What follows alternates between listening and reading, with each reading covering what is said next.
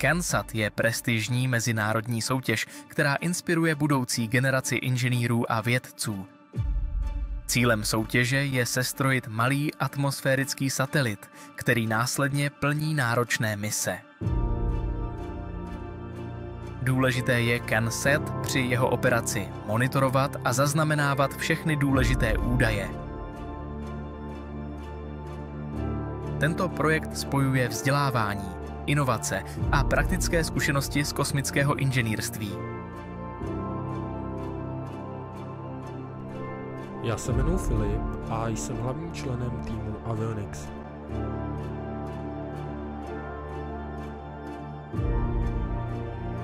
Soutěž CANSAT vyhrajeme, protože jsme jedna parta, která drží pospolu a už teď je neuvěřitelný, kolik věcí jsme dokázali. Do soutěže CANSAT jsme se přihlásili, protože všichni v týmu sdílíme nadšení pro vesmír a raketovou vědu. S vaší podporou můžeme posunout hranice, motivovat mladé talenty a třeba dokázat i něco neskutečného.